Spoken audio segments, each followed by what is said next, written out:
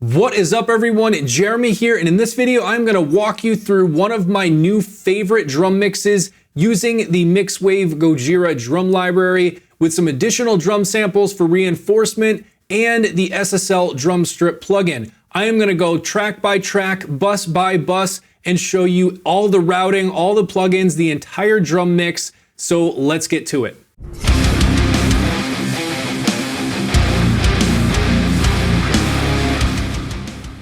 All right, so before we start going through the mix and how I set everything up, here is an audio sample demonstrating the final product. If you like what you're about to hear, stick around after the audio sample to walk through the entire drum mix.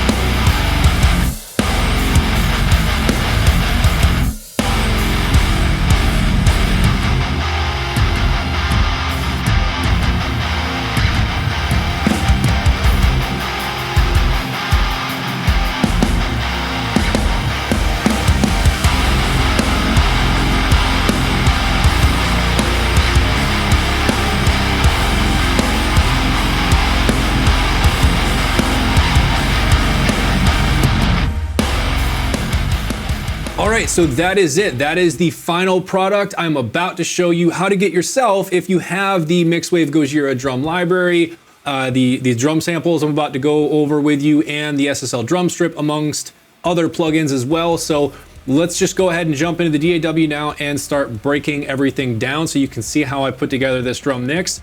And the very first thing I want to do is just kind of walk through the routing, how I have all of the individual tracks and buses set up for the drums specifically. And so here we are, I'm going to expand the drums, my drum bus. So you can see at the very top here, just kind of collapsing this again, I have a drums, bass, guitars, and synths, and these are just kind of other effects in here too. So that's kind of at the top level. Moving down from there, we have the kick sum, and then this is, inside this, we have the main kick track, which comes from the MixWave Gojira. And then we have this BD kick, which is the Bogren digital kick sample. And we'll get to those later. You can see I have my kick track set up with the MIDI, and this has the MIDI instrument. And then all of the other MIDI tracks, those are just, they are using the same MIDI instrument, which is coming from Contact and which is the MixWave Gojira library. And from there, just kind of quickly looking at the rest, we have the Snare Sum bus. Inside of that, we have the snare top, which is coming from MixWave Gojira. That's the main snare from that. Then the Middle Farm Studios snare from 40 Sounds, and then the Bogren digital snare. So those are the samples you're about to hear in a little bit. And then the toms, again, I kind of have a template here already set up for what I've been using a lot in the past, which is GGD Invasion. And that has 6 toms. So you can see there's 1, 2, 3, 4, 5, 6 tracks in here. And the only 3 that I'm really using for this, because MixWave Gojira only has 3 toms, are tom 3, 4, and 5. I kind of found the mix that I already had set up on those just worked. And then we have the hi-hat, ride, effect cymbals, overheads, and then the snare room sum bus. It's meant to emphasize the snare rooms. It's reinforcement of the snare rooms, and it's really a couple samples again from Bogren Digital and the 40 Sounds Middle Farm Studios. And then the last thing is my actual snare room sum, which right now there's only 1 track in it. Some other my past projects, they've had multiple room tracks, but that's why this is tucked away inside of a bus. But that's how everything is routed. So you can see all the individual buses and the individual tracks. Now, let's go ahead and pull up MixWave Gojira and take a look at the settings that I'm using there. All right, so here is the MixWave Gojira Mario Duplantier drum library, and you can see the only thing that you can really necessarily change the actual drum type is the snare. You have an option of bell brass, wood, and SLP snare, and I am on the bell brass. And again, I don't believe you can actually change anything else. It's either there or it's not, and that's basically it. So this is basically right out of the box how it comes. Now, the things I want to go over inside this plugin, the first thing I want to note is there is no pre-processing. I'm using all the raw samples here because I wanted to be able to mix them how I wanted to hear them. And now and what do I mean by that? So if I show you here the kick drum right here, so if I click on the kick track, and you see right down here where it says mix. So if I turn on the mix, now it's using the pre-processed, like mixed version of this sample. And I didn't want that. I wanted to be able to use my own processing to fit the mix that, how I wanted it to, how I wanted it to sound. So that's the main thing I want to note here is if I go through each of these tracks, you're going to see every single thing in here has the mix turned off, so it's the raw samples. Now, quickly running through the individual tracks and the settings, you'll see we have the kick and the individual settings for the input, the in mic, the out mic, the overheads, and the rooms, and how much that the kick is going into each of those. And you can see those settings right there. And I'll click through, you can see the snare. You have rack tom 1, rack tom 2, rack tom 3, those are pretty similar. Let's go to the cymbals. Now we have the hi-hat, and then with this you have overheads and rooms across all of these. So you can see overhead and room on the ride, and then we have the splash, China 1, China 2, and the plate. And there you go, you can see all the settings on those. And then I'll click over here on the overheads, and you can see crash 1, crash 2, and stack, and how much those are going in. And then how much these crash 1, crash 2, and stack are going into the rooms. You can see I've got those pulled back just a little bit. And there's the master track, and then the settings. So this is just basically the mappings. This may look different from what you have, and that's mainly because like I said, I typically use GDD Invasion, and I didn't want to have to go through and like relearn all the mappings. So I actually just updated the mappings here to more closely match Invasion. So if yours are different, it's not a big deal. All right, so that is all of the individual settings inside of the MixWave Gojira drum library. So what I'm gonna do now is I'm just going to mute the sample tracks that I have in this mix, and we'll go ahead and just play this back so you can hear kind of what things sound like with just the MixWave Gojira, and then we'll go through the samples that I'm using, and then I'll add those in, we'll listen to that, and then we'll go break down track by track all of the different plugins and the settings that I'm using to get this mix.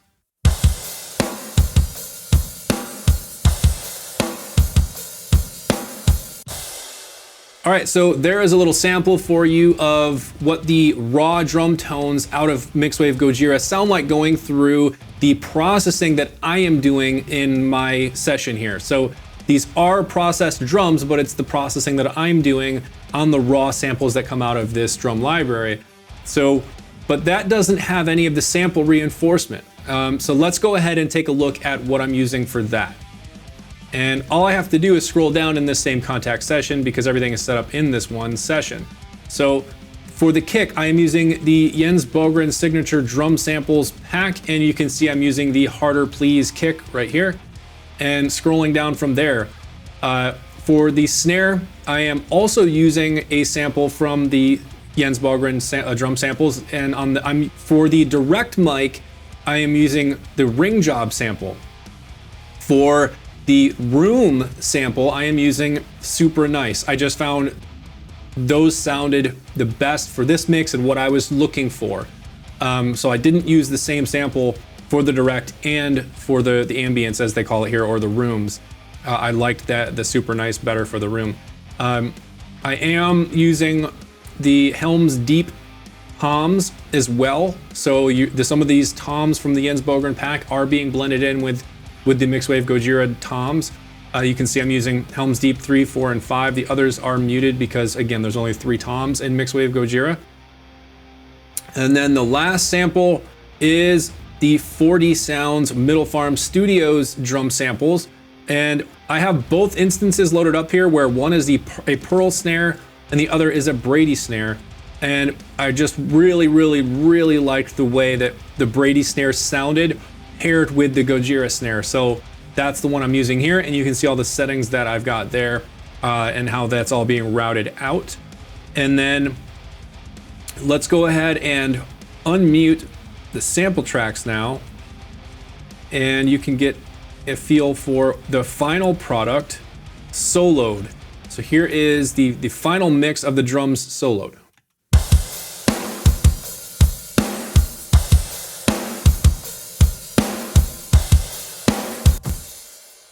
So that sounds really damn good. And like I said at the beginning, at the intro of the video, this is probably one of my favorite drum mixes right now. If you follow my channel, you know I'm a huge fan of GGD Invasion. I still am, but this mix sounds so good. These drums sound so good. So let's walk through how I set it all up. So what we're gonna do is we're gonna do a top-down approach because that's how I tend to somewhat do my mixing. It's kind of a cross between top-down and like a standard mix where it's not top-down, I guess. But for this, we're gonna start top-down. So at the drum bus, we have, as I mentioned before, the SSL drum strip. Now, you'll see on my drum bus, this is the only plugin I have on the drum bus. And that is because it does everything that I would have normally used multiple plugins to do. And that is low-end enhancement here, that is high-end enhancement, and parallel compression. It does it all right here, and it does it really well.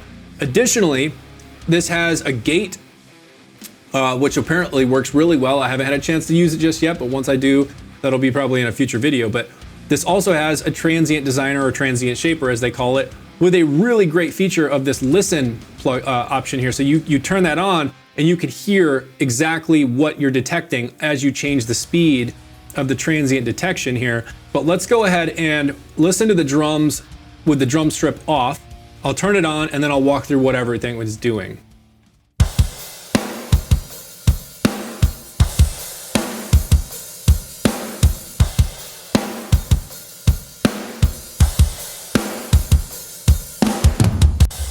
So just, you can hear how huge the drums get when I turn this plugin on. And just quickly walking through what is happening here. So the low and high frequency enhancer, it's basically just adding harmonic saturation so that those frequencies cut through better, especially on the low end. Like this is actually really important to consider for your mixes on the low end, especially on things like your floor toms or your kick.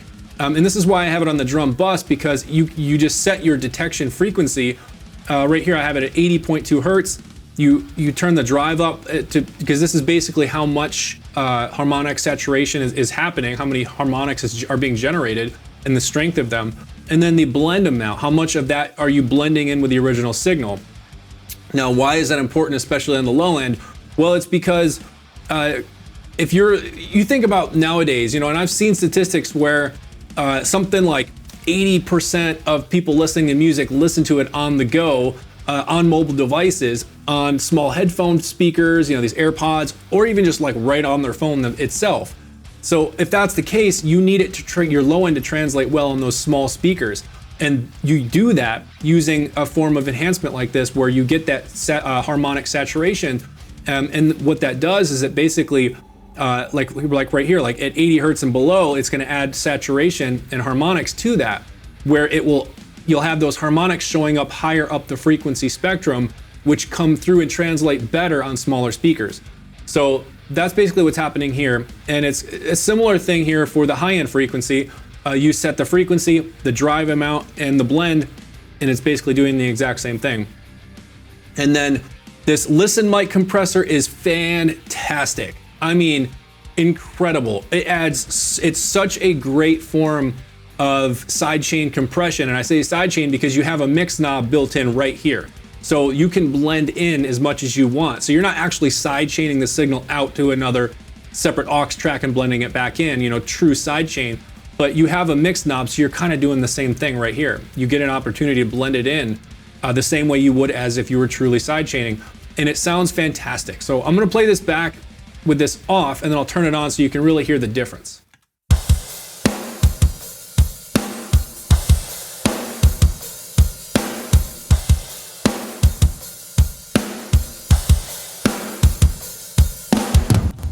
I mean, just turning that thing on, it makes the drums sound so massive, so huge. And that's just because I'm really crushing these things. So 51.9% compression, pushing the makeup gain, but then blending it back at only like 33%. So overall, this plugin is fantastic. I highly, highly, highly recommend it. And as you can see, it solves everything I need it to do on my drum bus. All right, so the next thing up is the kick drum. So scrolling down here to our kick sum. So this is our kick sum bus with the 2 kick tracks within it, and we'll start at the bus. Now the first thing I have here is the Bettermaker EQ 232D. This is from Plugin Alliance. Absolutely fantastic plugin. This thing sounds incredible. But let's see what I'm doing here. So I'm using the EQ1, and you can see I'm pulling back at around, I think it said like 233 hertz.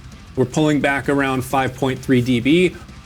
It's kind of a narrowish scope here. You can see I can expand it all the way out or bring it in.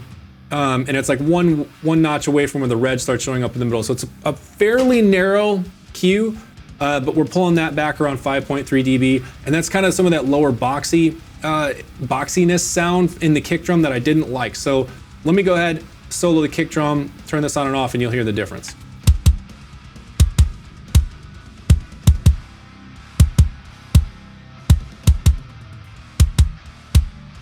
So yeah, I mean, massive difference, right? You really get a lot of those lower mid boxy frequencies coming through when you don't cut that out. And then the last thing is we're doing the Holtec EQ trick where you at one frequency, and I'm using 20 hertz here, so it's fairly low, but I'm boosting it, but then also attenuating it, and it actually changes up the frequency response quite a bit.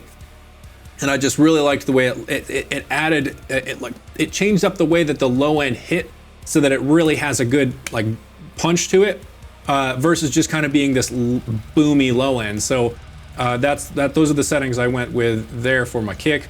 All right, so the next plugin up is the SSL X Comp compressor, and this is really adding a lot of that smack to the kick and a lot of punch. I have some fairly decent gain reduction happening here. If I recall, we'll see it in a second, but I recall it's between -8 and -10 dB of gain reduction. But we're also using the crossover frequencies here, which is one of the things I really like about this plugin. So right here, you have these bleed controls is what they call it. You pick the frequency where you want the bleed to happen, or at least to start, and then you blend the amount. So if I pull this down or up, you can see what it does to the frequency response there, or to the Q. And so what that's doing is it's allowing the original signal at that frequency and below, kind of blending it in with the compressed signal, so that it's not, you know, compressing those, and it's allowing some of those frequencies to come through.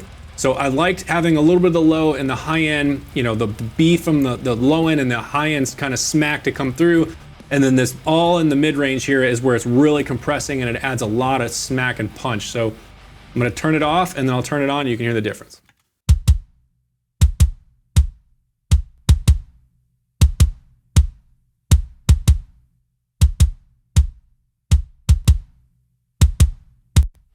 Huge difference again. And the gain reduction wasn't quite what I thought. I think I saw it peak at around -6. So wasn't quite as much as I thought, but it's still some fairly decent gain reduction. Now, from there, we're going into the Black Salt Audio low control. And this is just to mainly, you can see I'm using 1% of the harmonic enhancement here, but that's mainly because of the SSL drum strip doing the majority of that. I didn't really need much, but I'm really using the low end compressor on this, which works so simple and it's so easy and quick to dial in, and it works really well. So you just pick the compression frequency, select the threshold, and you're done. And you just watch the gain reduction. So let's just kind of see what kind of gain reduction I'm getting.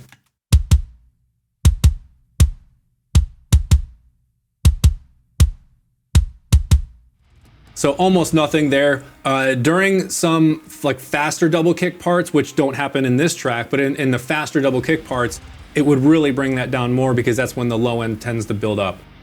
So this Pro Q, this is just for metering. It's not doing anything. And then the last plugin I have here on the Kick Sum bus is the BX limiter from Brainworks or from Plugin Alliance. And this is just something to catch any strong transient peaks. So there's really nothing to demo there. Now moving into the kick tracks, you can see we already went through Contact. From there, I'm running through the Lindell 50 series plugin from Plugin Alliance. I really, really like the sound of these API style console emulations, specifically this Lindell 50 series on drum shells. It just sounds really good. The EQ is fantastic, and this VCA compressor is incredible. So you can see what I'm doing here on the kick, just pulling back some of the high end, boosting up around 5K, just a touch, maybe 1 dB to get a little bit of the kind of the beat or snap. Pulling back again some of the boxy frequencies and just a small boost on the low end. And a little bit of compression happening here. Let's just kind of see what it's doing. Peaking at around -2 dB. So not a whole lot there, but that is the first plugin. Second plugin is another instance of the Bettermaker EQ232D. And this is, again, just kind of pulling back some additional boxy frequencies. This is on the MixWave Gojira kick. And what I'm pulling back here is 600 hertz by about almost 8 dB, so a lot. And we're also doing the pull tech trick again here, but this is at 30 hertz this time. And let's just kind of take a quick listen at what this is doing. So I'm gonna solo this track. Here we go.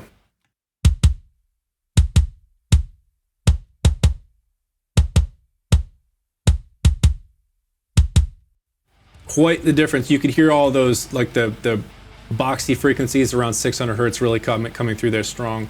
So that's what that's doing.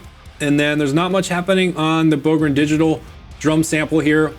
Just a little bit of compression, pulling back a lot of the high end. There's a lot of high end snap on this one. I pulled back that a little bit, but other than that, not a whole lot. So that is the kick processing. Let's move on to the snare. All right, so first up for the snare, obviously we're gonna start at the Snare Sum bus, just like with the kick. So the very first thing is Pro Q, just doing a high pass, starting at 72 hertz with a fairly slow taper, just trimming off some of those lower, the bass or lower frequencies that don't need to be in a snare drum. So that's the first thing. Second thing is we have the SSL bus compressor too. So this is kind of their G series bus compressor. And let's just kind of see what sort of gain reduction we're getting here. I believe this is fairly heavy. You can see I've got the threshold pulled back. I've got the ratio at 20. I think we're gonna get upwards of like even 12 dB of gain reduction. And this is mainly to extend the sustain. I really wanted to get a longer sustain out of this snare. So let's have a listen.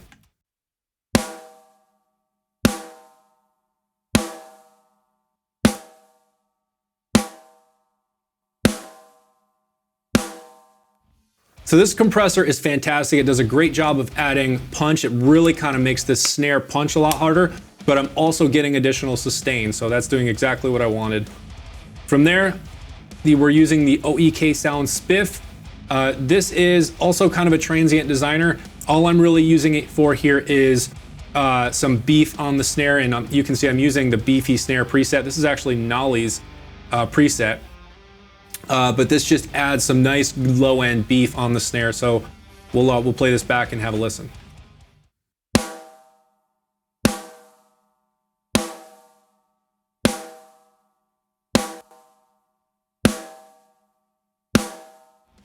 You can really hear how that just adds that low-end like beef and like smack on there. It works really, really well. So that's that, and then the next one up. Again, just the BX limiter catching any strong transients. So that is the snare bus. Now let's take a look at the individual tracks. So this is the MixWave Gojira snare.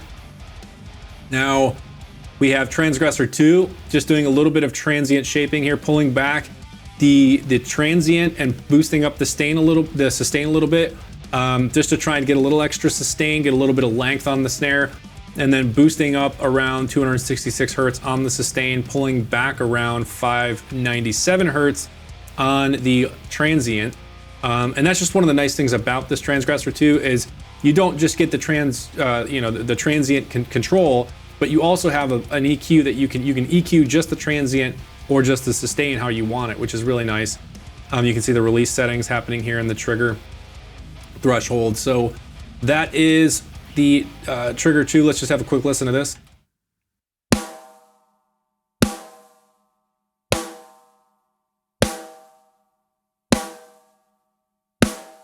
So you can really hear how turning that off, it's a lot of transient and not much sustain. So this thing is definitely doing its job well.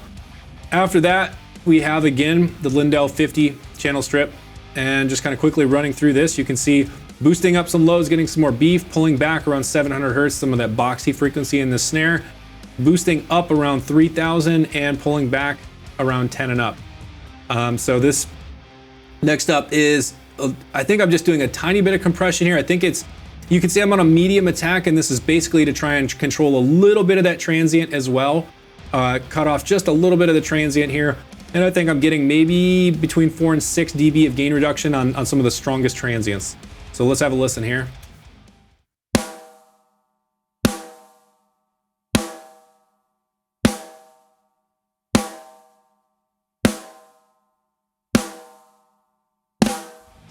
So yeah, not a massive difference, but with that little bit of extra medium attack compression, and you can see pulling back the boxy frequencies, adding in some lows, it really kind of brings that snare to life.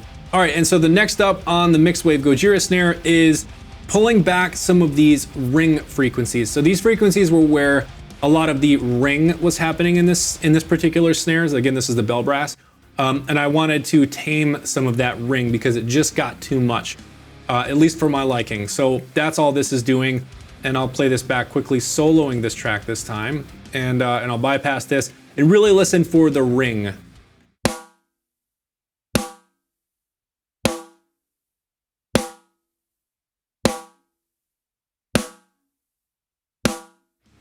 So it's somewhat of a subtle thing, but you can really kind of tell a difference if you're listening specifically for that ring. And then especially when it runs through all these additional compressors, it really kind of helps tame the ring. So we still have some ring, just kind of tame some of it. And then of course the last thing is transient control here. So BX limiter again. From there we have the 4D Sounds Middle Farm Studio snare, and just quickly running through, you can see all the settings we're doing here. It's very similar to the other one. This time we're pulling back 500 hertz, and we have about the same style of compression. So let's just go ahead and have a listen to what it sounds like.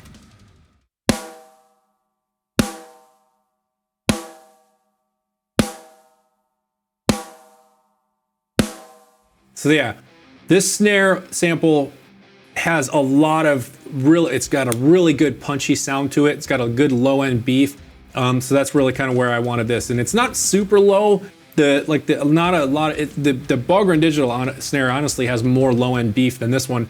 But this Middle Farm Studio snare has a lot of like lower mid-range punch, and it just sounds really good. So from there, the next thing is just, again, the BX limiter, then the Bogren digital snare, and again, the Lindell 50 series channel strip. Very similar EQ. Actually, there's less happening here. We're just pulling back a little bit of the top end, and the EQ, or the compression looks a little bit different. Let's just kind of take a look at, see what kind of gain reduction we're getting.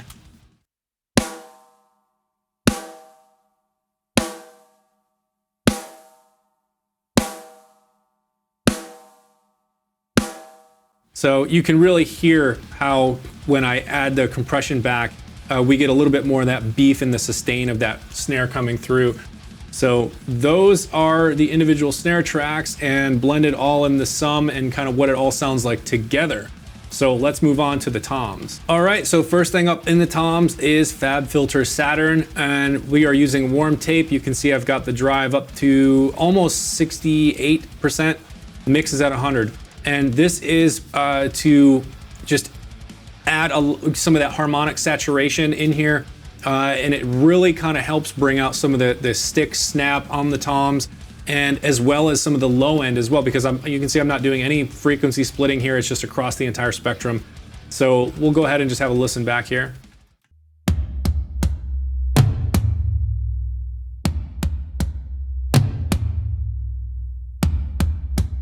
Yeah, that's such a massive difference. This sounds so good running through this warm tape, adding that saturation. From there, we're going into Drumforge Drumflex. This is a super handy plugin. It's really quick and easy to use. I'm just adding some punch, a little bit of attack, adding some of the compression via the squeeze, and then using the built-in clipper. And so here's a quick example before and after.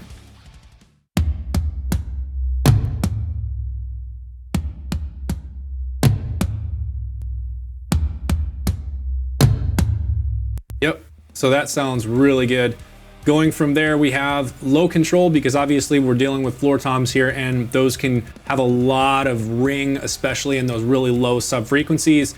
So here we're compressing 75 hertz and below, and then enhancing that a little bit to kind of allow that to translate well on the smaller speakers. So have a quick listen.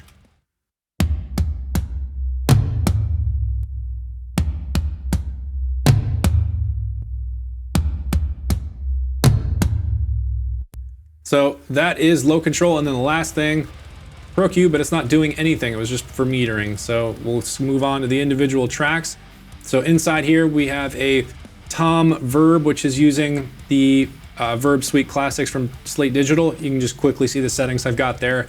But this is just an aux track in here to add some additional reverb on the toms when needed. And then tom 3 here. So I'm only using one plugin on each of these, and you can see it's the Lindell 50 series, and you can see the settings that I've got here. So quick before and after.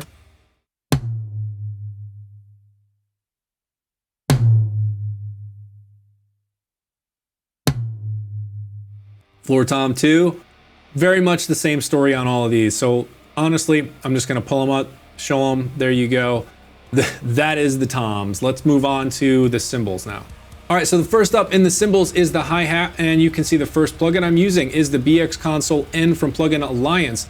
Why am I using this versus the Lindell that you saw on the drum shells? Well, it's because this has better filtering, and the EQ is, you can set it to basically whatever frequency you want, and I really need that for when I'm adjusting the cymbals, because especially for these cymbals, because there was a lot of kind of harshness in the upper end, and I really kind of needed it, that extra being able to dial things in specifically versus the preset, frequencies on the Lindell. So that's why I went with this channel strip. Now, I'm going to save your ears and not solo these cymbal tracks. You're just gonna have to kind of take my word for it, or if you have the MixWave Gojira, you can solo those raw samples yourself. But in order to save your ears, I'm not gonna solo these, because it's a lot of high frequencies, and if I remove the EQ settings I'm doing here, or the compression, the volume can change drastically, and I don't want to blow out anybody's ears. So we're just going to look at the settings. So you can see that's the console N. Then we're using Soothe 2 to kind of tame some of the harshness in the upper end of the hi-hat, and then Pro Q3 to pull out resonant frequencies. So you can see that's what's happening here. Now for the ride, it's very much the same thing. We're using the BX Console N. You can see the settings I've got there. The Soothe 2 with a slightly different setting, but to kind of tame some of those resonant frequencies. And then to use Pro Q to catch any that Soothe wasn't catching, or to even pull it back even more. From there, we have the effect cymbals, and it's very much the same story again. BX Console N, you can see my settings. You can see Soothe 2 here, and Pro Q3, again, pulling back resonant frequencies.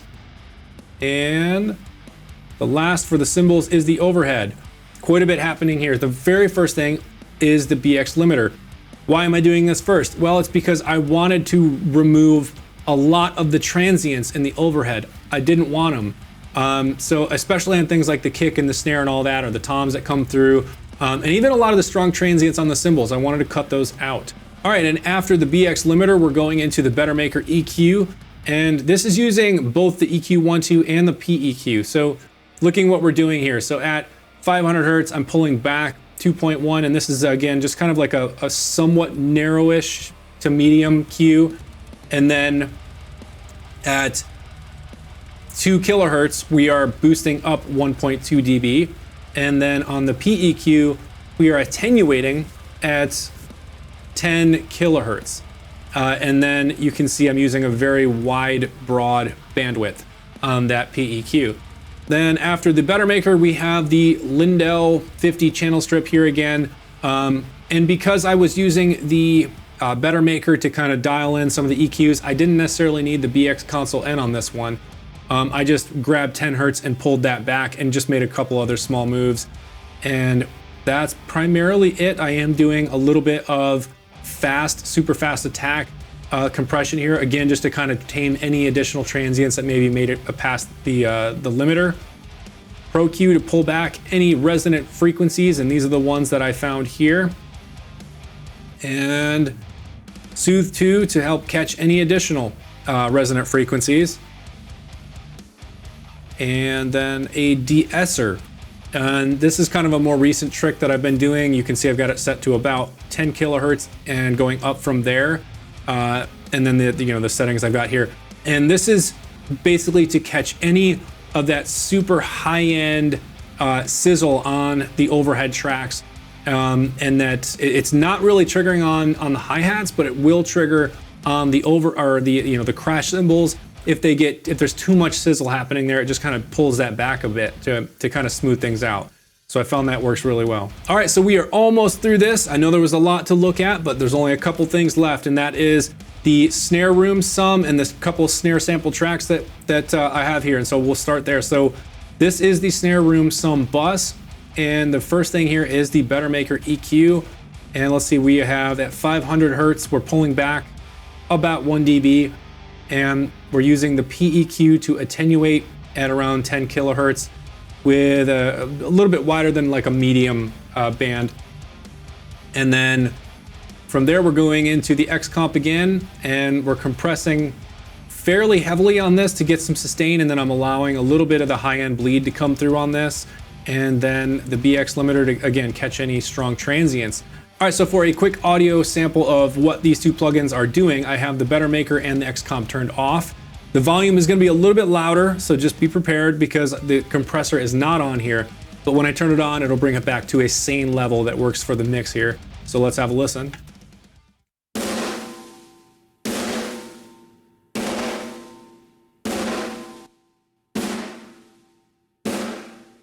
So there you go. You can see there's a lot of volume coming through. And as I said, I think I've got some fairly decent gain reduction. Yeah, so it's about 12 dB of gain reduction here, but again, that is to really extend the sustain of these drum samples, because this is kind of where the magic happens, if you will, of the snare to get that big, massive sound and with the sustain. So that's the bus. Now, looking at the individual tracks, we're using Audio Assault multi-transient here, and this is basically to pull back the attack on everything. So you can see you have attack and sustain up here, and this just affects all frequencies, or you can go into detail down here on individual frequencies. So I'm pulling back 100% on the attack, boosting up a little bit of the sustain across all frequencies, and then pulling back the attack in the mids a little bit as well. And that is because I don't want a lot of strong transients in this, because I'm getting it from my actual direct snare mics. I just want a lot of the sustain. So pulling that back, then going into the Lindell 50, and where you can see I'm pulling back a lot of the high end. There's a lot coming through here, and there might be a little bit of compression on this as well. Let's see. Yeah, just a little bit, peaking at around -4. And then on the other sample, we have the exact same settings. Pulling back the attack, and then a little bit of compression, a little bit of EQ. So let's see what this one sounds like.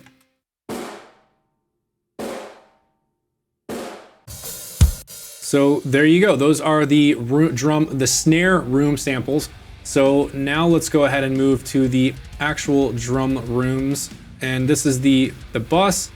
Starting at the top, we have the Bettermaker EQ again, and this is at 500 Hertz, just pulling that back. Some of those boxy frequencies, and then attenuating at, again, around 10 Hertz with a medium band, just kind of pulling back some of the upper end on this, and then going into Saturn 2. And let's see what we're doing here. We're saturating with some warm tape on the high end, full mix, a little bit warm tape in the mids, and nothing on the lows. And this was probably just to kind of try and smooth out some of the top end by adding this tape saturation. And then let's see if we're doing anything. So some resonant peaks here, just kind of pulling those back. You can see those. And then Soothe 2 again, just kind of taming any resonant frequencies. And then we have the Lindell 50 channel strip again. You can see I'm pulling back a lot of the high end. There was just a lot of highs coming through, especially on the cymbals, and I want those more on the overhead track than the room, so I pulled those back quite a bit here. And then some fast attack compression to tame some transients, and some EQ, some mid-side EQ really. So like, let's see, the blue here is on the side, so we're cutting out the lows on the sides, taming some of the upper frequencies again, and that is it. So let's have a listen to the rooms.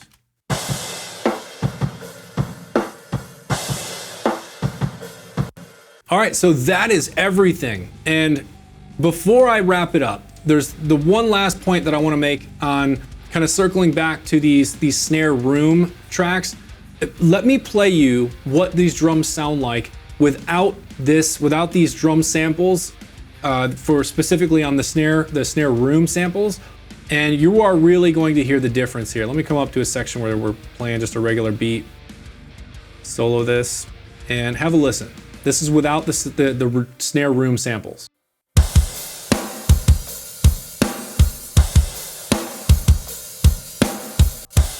Now with the snare room samples.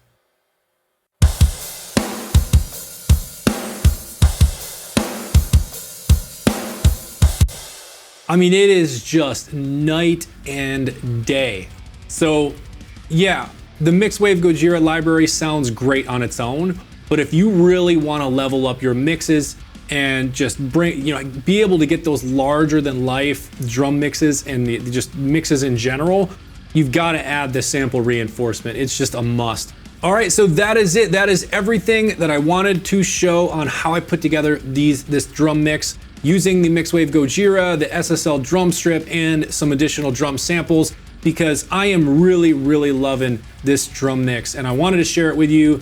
And that's it. So I know this is a long one. There's a lot of content here, a lot of different topics between all the different buses and everything. So use the chapter links in the description below. Those are easy there. You can just quickly jump between the different sections that you want to see. So use those. Now, if you liked this video, if you found any of this useful or helpful in any way, do me a favor and hit that like button down below, and consider subscribing to my channel so you don't miss out on future mixing tutorials and tone samples and all of that from my channel. With that, I want to thank you for watching and thank you for your support.